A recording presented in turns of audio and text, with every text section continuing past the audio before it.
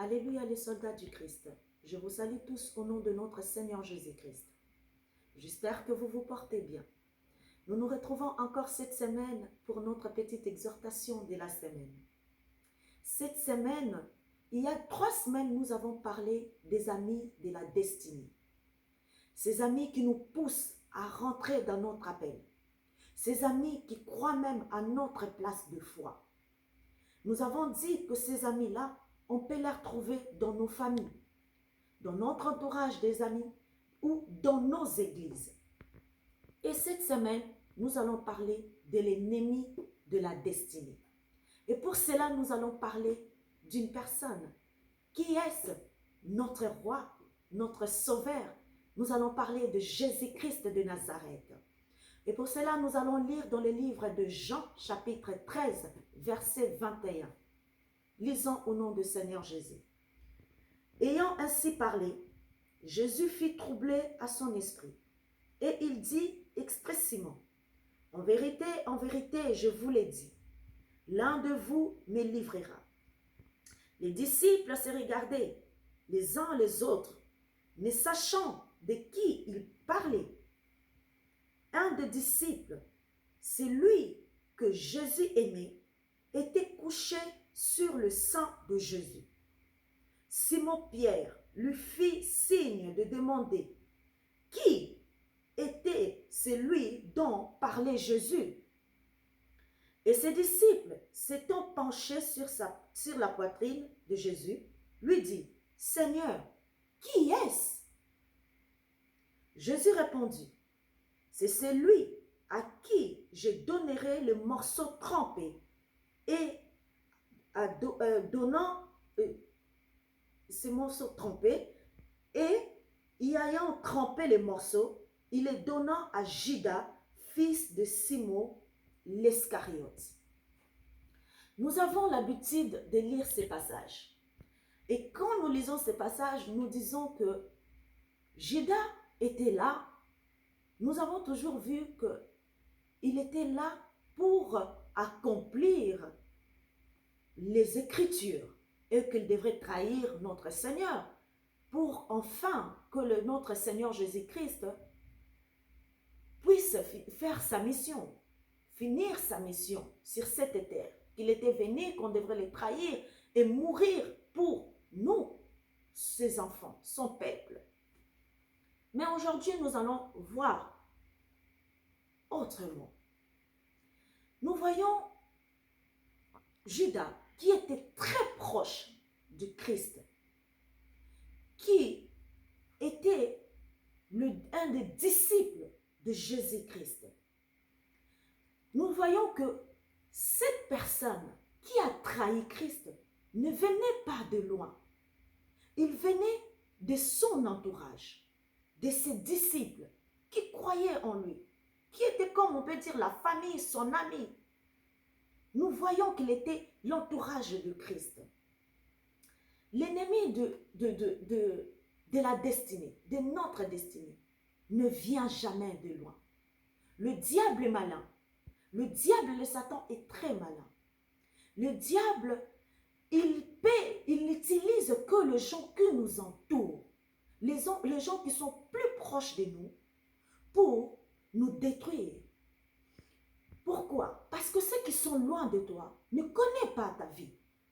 Mais ceux qui sont proches de toi, c'est eux qui te connaissent, qui mangent avec toi, qui parlent avec toi. D'ailleurs, on voit que ces personnes, ce sont même des personnes qui se trouvent bizarrement au milieu de ceux qui te critiquent, des fois de ceux qui parlent mal de toi. Et bizarrement, ces personnes-là se trouvent toujours là. Incroyablement.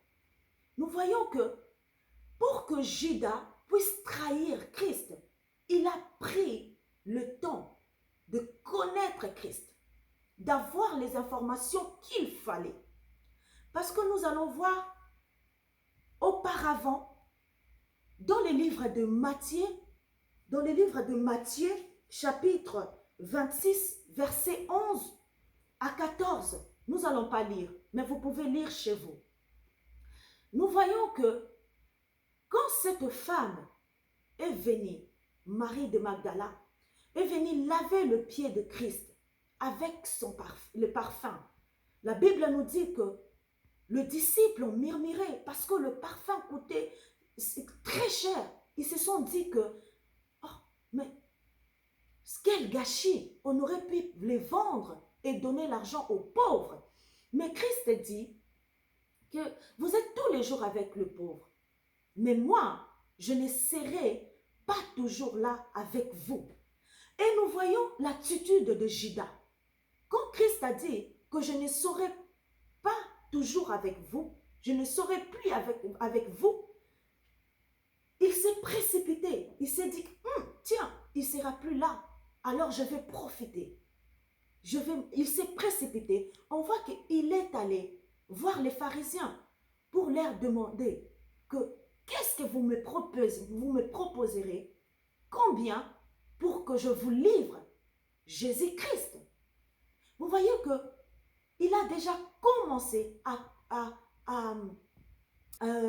vendre Christ déjà bien avant. Il prenait les informations qu'il fallait. Alors faisons attention à cet entourage qui est tout autour de nous.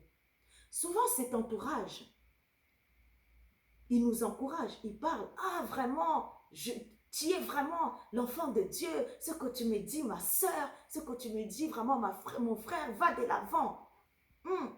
Faisons attention. Comment nous pouvons faire attention à cela?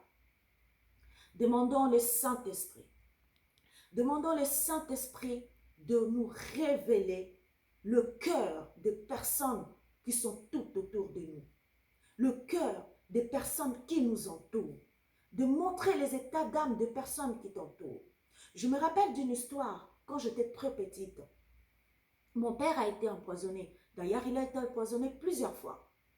Et les personnes, à chaque fois qu'il se faisait empoisonner, les personnes qui l'empoisonnaient, plus tard, je sais parce que je lui ai parlé, ces personnes-là ne venaient pas de loin. C'était ses proches. C'était des gens très proches de lui. Alors, faisons très attention. Prions à chaque fois.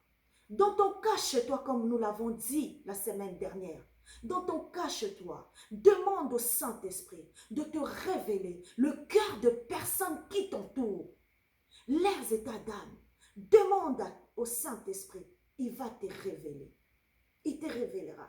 D'ailleurs, la Bible me dit, ce qui est bon, il te combattra.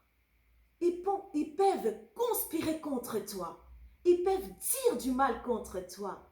Mais la Bible me dit qu'ils viendront dans un seul chemin, mais partiront dans plusieurs chemins. Ah, j'aime beaucoup cette parole qui dit que le juste, même si tu tombes, même s'ils arrivent à toucher à ta vie, que tu tombes, mais cette parole dit, le juste tombera 7 fois, mais le Seigneur les relèvera toujours. Oh, gloire à notre Seigneur Jésus-Christ. Ne crains rien. Ne crains rien. Dans ton cache-toi, demande au Saint-Esprit la révélation de personnes qui t'entourent. Peu importe, mais les personnes qui t'entourent demandent au Seigneur Jésus-Christ. D'ailleurs, j'aime bien quand les pharisiens, ils sont venus pour arrêter Christ. La Bible dit, quand ils sont venus, Christ les a demandé, qui cherchez-vous? Ils ont dit que nous cherchons Jésus-Christ de Nazareth.